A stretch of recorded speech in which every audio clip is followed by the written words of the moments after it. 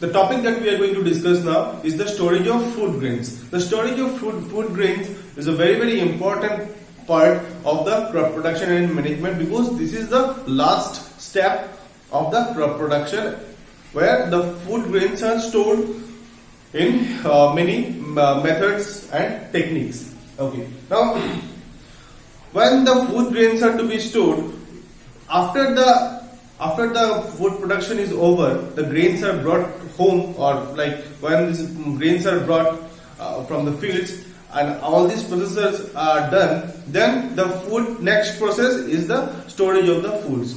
Okay. Now, before storing these food grains, these has to be sun dried first. These has to be dried first. Now, why it is required to dry these food grains? The reason is that the food grains like wheat contains more amount of moisture in it. What is moisture? Moisture means amount of water present is known as moisture. So the amount of water in these food grains are more than the normal, or these are more than the required level. So therefore this moisture has to be removed. So these are sun dried. Now, what is the requirement or necessity of sun drying or drying these food grains? The reason is that when you have the more amount of moisture in these food grains, then what will it do? It will spoil the food grains. Spoil in the sense that due to the presence of these more amount of moisture, the fungus may grow, the molds may grow, and because of that the food grains may get spoiled. And one more reason is that when there are more amount of moisture in these food grains, what will it do? It will hamper the germination process, or when the next time you are going to plant these seeds, or you want that from these seeds new plants should grow, these seeds will not germinate properly because of the presence of more amount of moisture in it. So that is why it is very important that the farmers sun dry these food grains before storing them. Okay. Now, many of you might find that where do they store it? Either in the gunny bags, or in the metal bins. In the metal bins, they keep these food grains for the storage. It may be noticed that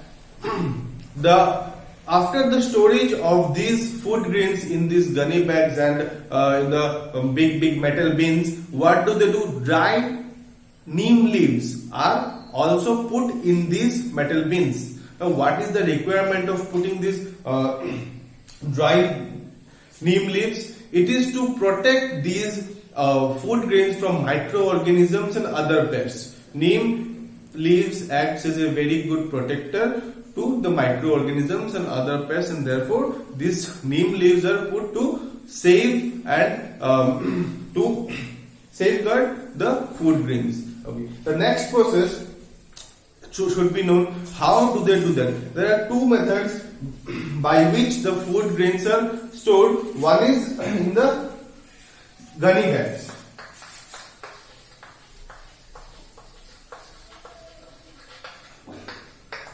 And the second is known as the grain silos.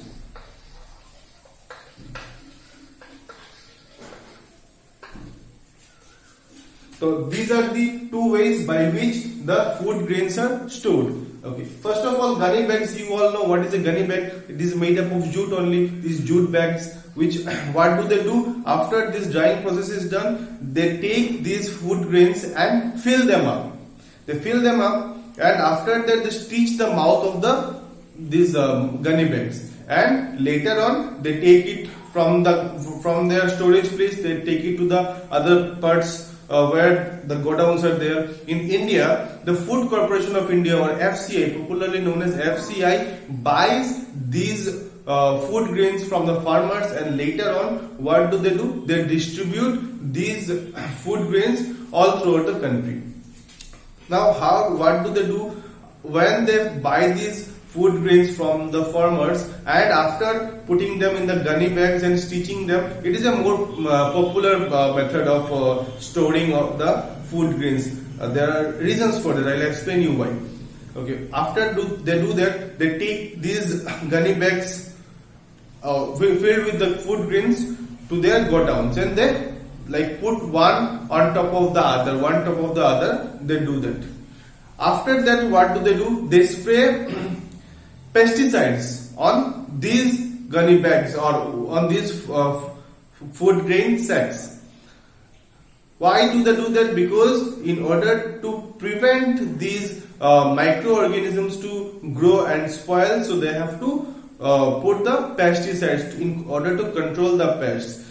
The rats also play a very big part in damaging, in eating up the food grains. So that is why the rat poisons are also used to prevent them from getting eaten and getting spoiled by the rats. This is also done.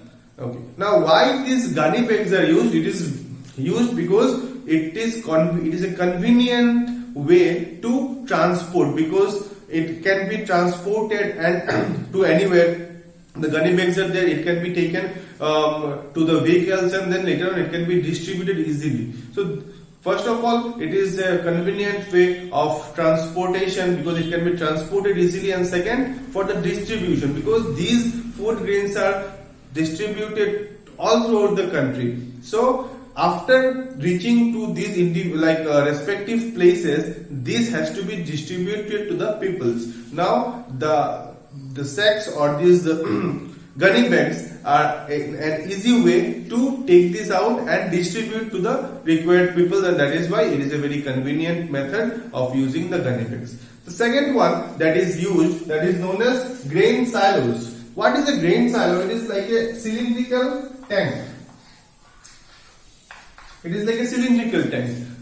This is made up of metal only, and inside these grain silos, the facilities are there, like they can get they are free from the microorganisms. Microorganisms cannot grow. Pests and other rodents and rats, these cannot enter, and they are fully protected. The grains are fully protected in the grain silos, and that is why the grain silos are a very good way of protecting and storing the food grains. So these are the process by which you can store the bulk amount of food grains in your storage area or in your godown. So that is it. Now, next thing that we are going to discuss is the food from the animals, or the animal food. Animal food, or the food from we get from the animals. Now, we know that the plants provide us the food like paddy, wheat, vegetables, fruits. All these things are provided. Leaves, many of the things of food products are provided by the plants only. But other than the plants, the animals also provide us with lots of varieties of food. What are these foods? Like milk or the dairy products. Dairy products include ghee, butter, then cheese, paneer, curd. All these things are provided by the dairy products, or they are the dairy products basically. Other than that, the animals provide us milk, the animals provide us meat as well. So the animals are also a very important part in our food system. So we have to know a bit about the animal products that we use for our food purposes. One thing that we should know, that the food that we get from animals, these mainly contain fat, or they are like more amounts of fat in the animal products. But along with the fats, there are proteins as well, and we should know the proteins that are supplied by the meat and the other animal product are they have more some other extra things which the plant products which contain protein does not have.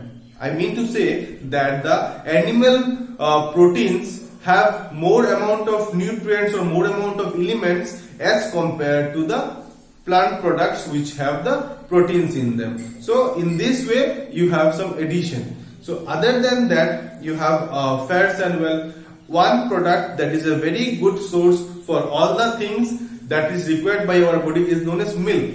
People say the milk is a complete food. So a person cannot survive by eating only a certain type of food only. Like it is known that if you eat only meat, so you may survive for some day, but after some days you may develop some deficiency, some disease it can develop in your body.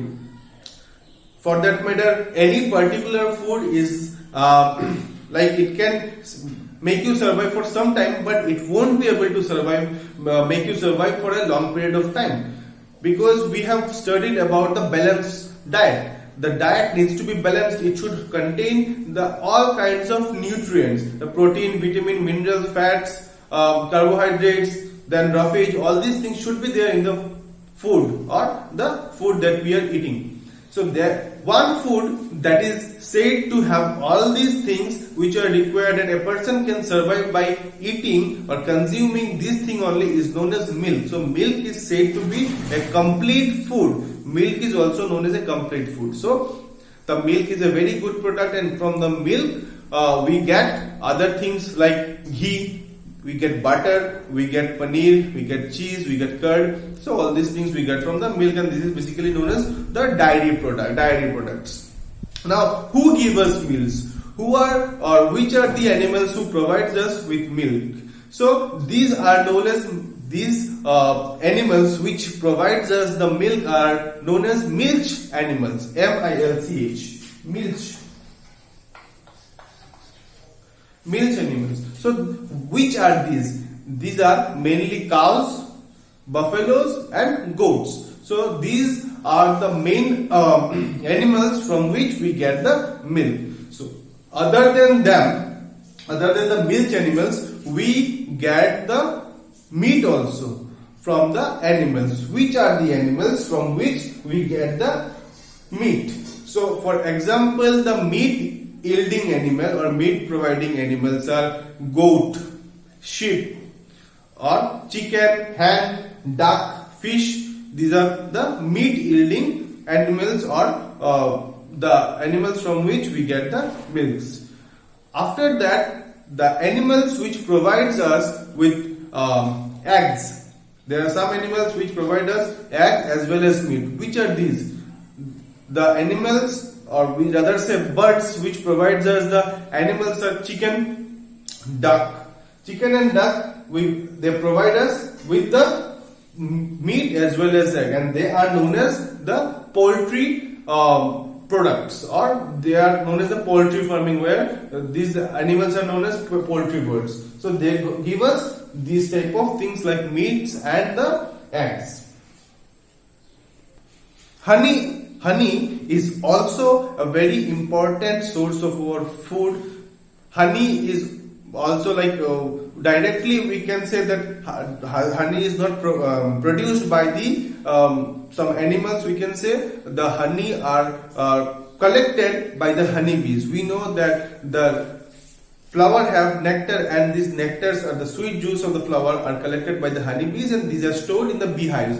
And after they store these beehives, people collect this honey from the beehives, and therefore the honey is a food for the humans, and other animals also eat this honey. So honey is also a product which is an animal product. We can say we get it from a certain animal or an insect. So this is the honey is also a product that we use to eat. The farming of the honeybees are also there. There are people who do the farming of the honeybees. They keep the beekeeping is a practice. What do? They keep the honeybees, and these honeybees collect the nectar and they make honey from that. And people who do the farming of them, they collect the honey, and later on these honeys are used for food purposes. Now, animal husbandry is also a very important thing to know. What is animal husbandry? To keep the animals for economical benefit, or to raise the animal, to take care of the animal, to breed the animal is known as animal husbandry. So what things we should know about the animals husbandry is that the animal have to be given proper shelter, proper food, proper medical health care, and proper breeding. This has to be taken care. Food has to be given, shelter has to be given. They have to, their health and their medical care should be taken, and they have to be properly breeded. Breeding of the animal should be done. So these are the things like cows, buffaloes, and other domestic animals are kept in houses for milk and all these things. When these are kept in big farms, they are known as dairy farms. Poultry farms are there, the like chickens, the ducks, and all these things there. When they are farmed for large quantity of eggs and meats, they are known as poultry farms. So these are all done, and these actually are known as animal husbandry. Now, one more thing let us add finally, that is the final topic of this chapter, that is crop production and management, is the fishery. Now, fishes are also a very important source of food for all of us. Many of us eat fish, and fish provides us with a meat. Like flashes we eat, and this is a meat only we eat. Fish is a very good source of protein. People say the fishes have omega-3 in it and many other nutrients which are very good for the health. Many of them say that the fish's head, if you eat the fish's head, it will make you more intelligent. It is it's a saying. People say that if you eat the head of the fish, it will make you more intelligent. So it's a saying. So anyway, just to tell you that the fish is a very important source. People do the farming of the fish, and that is known as fishery. So there is a huge requirement of fish every day. Almost every person, they would buy some fish. Who are non-vegetarians, they would buy fish and they would eat them because it fills up their protein requirement. And also a very important thing to note is that the fishes can digest easily as compared to the meat. The fish can be digested easily, so that is why the fishes are consumed in broad scale, and they are farmed as well. So the farming and taking care of the fishes, their breeding and other thing is known as fishery. So this is also a very important thing to know. Okay. So finally we have touched all these topics which were given in the first chapter, that is crop production and management, and I tried my level best to make you all understand. I hope all of you have enjoyed the first chapter. So now we are concluding the first chapter's discussion, that is crop production and management. I will be providing you the notes of this first chapter in the next class. So you will be getting the notes in the form of pictures in the next class that you are going to get. So see you all soon in the next chapter.